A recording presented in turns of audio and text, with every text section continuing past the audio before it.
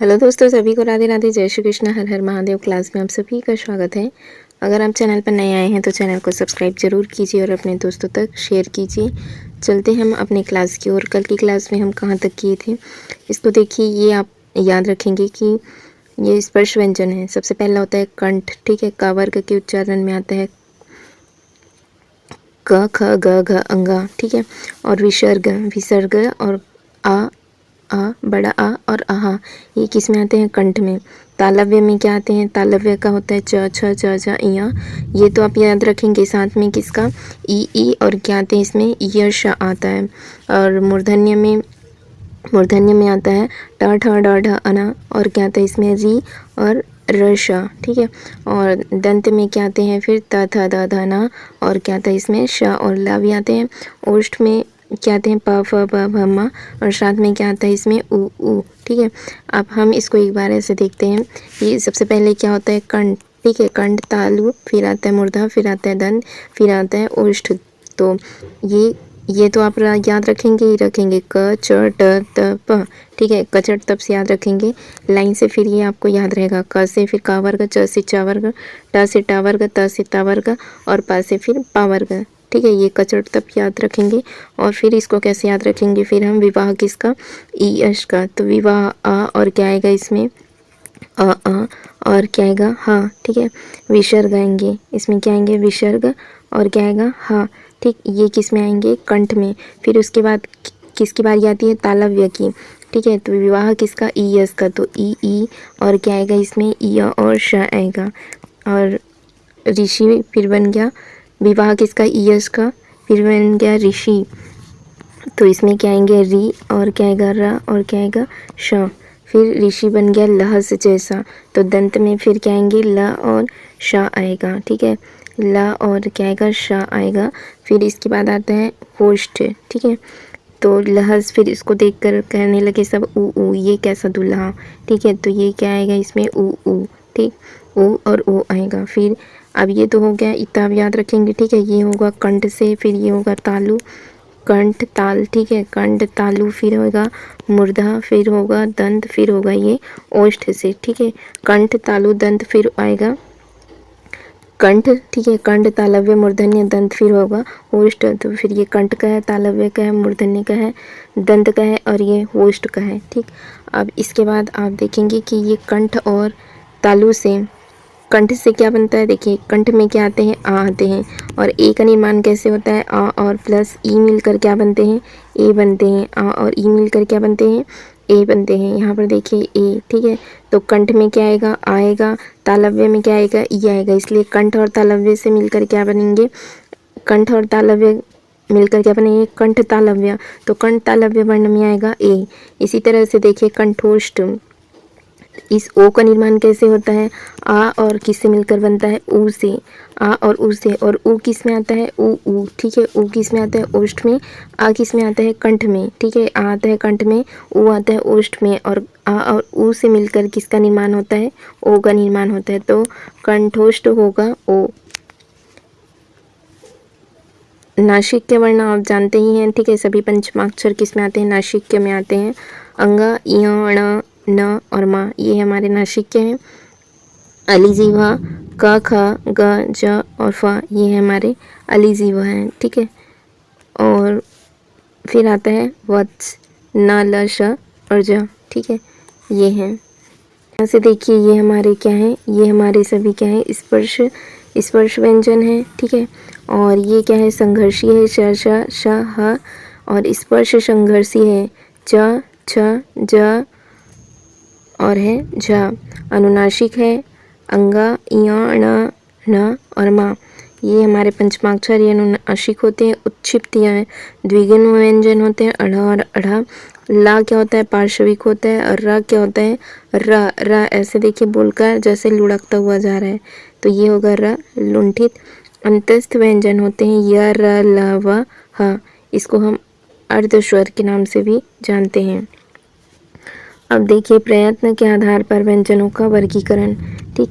प्रयत्न के आधार पर ध्वनि के उच्चारण के 3 प्रकार में इसको बांटा गया है। एक होता है स्वरतंत्रीय श्वास के कंपन के आधार पर, दूसरा होता है श्वास या प्राण की मात्रा के आधार पर, एक होता है जीभ अथवा अन्य अवयवों में के श्वास में अवरोध उत्पन्न करने के आधार पर। स्वरतंत्रीय के श्वास के कंपन के आधार पर क्या होते हैं, व्यंजन को दो भागों में बांटा गया है। एक होता है स्वरतंत्रीय और ध्वनि का वर्गीकरण हम कितने भागों में, दो भागों में करते हैं। एक तो होता है अघोष ध्वनि, दूसरा होता है घोष। पहले के दो कॉलम क्या थे हमारे, अघोष थे, और बाद के तीन कॉलम क्या थे, सघोष ध्वनियाँ थी। इनसे आप याद रख पाएंगे। फिर देखिए श्वास या प्राण की मात्रा के आधार पर अल्प प्राण और महाप्राण, ये दोनों कॉलम मैं आपको उसमें समझा चुकी थी। ऐसे में फिर आपको समझ में नहीं आएगा, आप कैसे याद रखेंगे। शुरू के पहले के दो कॉलम, ठीक है, 1 2 3 4 और 5, ऐसे 5 कॉलम थे, ठीक है। क च ट त प, ठीक है, ऐसे याद रखेंगे आप, कचट तप, क च ट त और प, कचट तप, ठीक है। तो इससे क वर्ग का आप लिख सकते हैं क ख, यहाँ पर ख ग घ और अंग, ठीक है। तो इसमें अगर अघोष पूछा जाएगा तो ये शुरू के दो कॉलम यहाँ तक कि ये क्या होंगे, अघोष, और बाद के तीन क्या होंगे, घोष वर्ण होंगे, ठीक है। बाद के तीन घोष वर्ण होंगे। इसके अलावा अगर अल्प प्राण और महाप्राण पूछा जाएगा, तो 1 3 5, ठीक है, ये 1 3 और 5 ये हमारे क्या होंगे, अल्प प्राण होंगे। और दूसरा, ठीक है, दूसरा और चौथा ये क्या होगा, महाप्राण। दूसरा से जैसे खा, ठीक है, चौथा में क्या आएगा, घ, तो ये हमारे क्या होंगे, महाप्राण होंगे। और 1 3 और 5 ये क्या होंगे, अल्प प्राण होंगे। अब यहाँ पर देखिए पंचमाक्षर के स्थान पर अनुस्वार का प्रयोग, कैसे हम पंचमाक्षर के स्थान पर अनुस्वार का प्रयोग कर सकते हैं। सामान्यतः पंचमाक्षर कौन से होते हैं, अंगा, अया, ण, न और मा। इनके स्थान पर वर्तमान समय के अनुस्वार अम का प्रयोग किया जा रहा है, किंतु जो शब्द अनुस्वार है उसी वर्ण का पंचमाक्षर अनुस्वार के स्थान पर आएगा। इसका अर्थ क्या है, आप उसको देखिए। उच्चारण स्थान किससे होता है, नाक से। बीच में अनुस्वार के स्थान पर चा वर्ण का पंचमाक्षर यहाँ आएगा, इसे हम क्या लिखेंगे, पंच। ये हमारा शुद्ध रूप होगा। जैसे आप प फ ब, फिर आएगा भ, और क्या होगा, म, ठीक है। और च में देखिए च छ, फिर आता है ज, फिर आता है झ, फिर क्या आता है या। तो हम इसमें पंचमाक्षर का प्रयोग कैसे करेंगे, यहाँ पर देखिए ये लिखा है पंच, ठीक है, ऐसे लिखा है पंच। अब इसका अगला वर्ण देखिए, प के बाद क्या है, च, तो च का पंचमाक्षर क्या है, इया है, ठीक है। च का पंचमाक्षर क्या है, इया है। तो इसको हम कैसे लिखेंगे, प, इया और च, ठीक है। तो ये हमारा क्या होगा, फिर शुद्ध रूप होगा। इसी की जगह हम किसका प्रयोग करेंगे, पंचमाक्षर का प्रयोग करेंगे। जैसे हम लिखते हैं झंडा, ठीक है, झंडा को ऐसे लिखा जाता है, झंडा, ऐसे, ठीक है। अब झ तो लिखा है, फिर डा में देखिए इसका पंचमाक्षर क्या आता है, ड, ढ, और क्या आता है, अणा। तो इसी के स्थान पर इसके पंचमाक्षर हम आधा लिखते हैं इसको, ठीक है। तो ये हमारा शुद्ध होता है। फिर देखिए आधा लिखा जाएगा, ठीक है, जैसे ये लिखा था पंप, ठीक है, पंप। अब इसके स्थान पर हम पंचमाक्षर का प्रयोग कैसे करेंगे, प का पंचमाक्षर क्या होता है, प फ ब भ म। तो म को कैसे लिखा जाएगा, म हमेशा आधा ही लिखा जाएगा। पंचमाक्षर लेंगे और वो कैसे लिखा जाएगा, उसके पहले आधा लिखा जाएगा। पंच के अनुस्वार किस रूप में आता है, तो पंच में क्या आएगा, प, यहाँ पर अगला वर्ण देखिए, प के बाद क्या लिखा है, चा। तो किसका हम पंचमाक्षर लेंगे, चा का पंचमाक्षर क्या होगा, च, छ, फिर आएगा ज, फिर आएगा झ, उसके बाद क्या आएगा, इया। तो च का पंचमाक्षर क्या होगा, इया।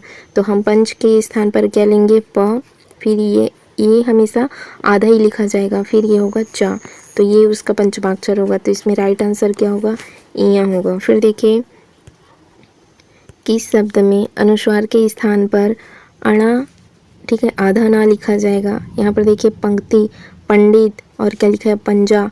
तो अणा के लिए हमें किसका त में क्या होगा त थ फिर आएगा द फिर आएगा ध फिर आएगा अणा। ठीक है, तो इसमें हम क्या लेंगे आधा अणा के लिए किसको लिखा जाएगा पंडित के लिए। फिर देखिए आ एक ऐसा स्वर है जिनकी अपनी मात्रा नहीं होती। आ की कोई भी मात्रा नहीं होती, ये कई बार पूछा गया है। आ एक ऐसा स्वर है जिसकी कोई मात्रा नहीं होती। कंठ तालव्य से बोले जाने वाले स्वर कौन से है ए, क्योंकि देखो कंठ में क्या आता है, कंठ में आता है आ और तालु में क्या आता है, तालु में आता है ई। तो आ और ई से ही मिलकर क्या बना है ए। तो कंठ तालव्य वर्ण कौन से होंगे ए होंगे। जब किसी व्यंजन का संयोग उसी व्यंजन के साथ होता है तो हम उसे क्या कहते हैं संयोग द्वित्व कहते हैं। जैसे लिखा जाएगा बल्ला, ठीक है बल्ला। तो यहाँ पर देखिए दो व्यंजन उसी व्यंजन के ऊपर अगला व्यंजन आया, ठीक है, तो ये हमारा क्या होगा द्वित्व व्यंजन कहलाएगा। अब यहाँ पर देखिए आदर्श है व्यंजनों में अघोष उष्म एवं क्या है ये महाप्राण है। और री क्या है ये लघु स्वर है और विसर्ग कंठ वर्ग से संबंधित है। ठीक है, आ और आहा आया था ना, तो आहा क्या था विसर्ग, ये किससे संबंधित है कंठ से। हिंदी में मूल स्वरों की संख्या कितनी होती है 4। कौन कौन से होते हैं मूल स्वर आ ई उ और क्या होता है री।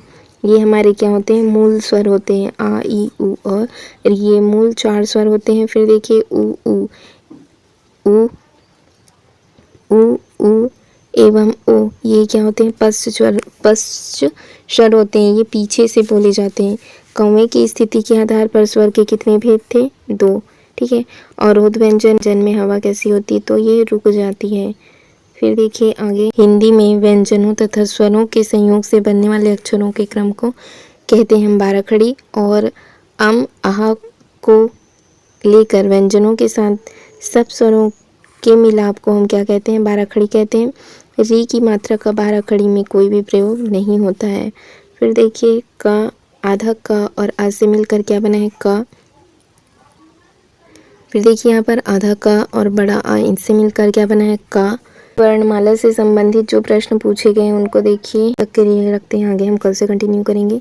चैनल से जुड़े रहने के लिए चैनल को सब्सक्राइब कीजिए और कम्युनिटी सेक्शन में जितने भी पोस्ट होते हैं उनका आंसर ज़रूर कीजिए। Thank you friends, thank you all.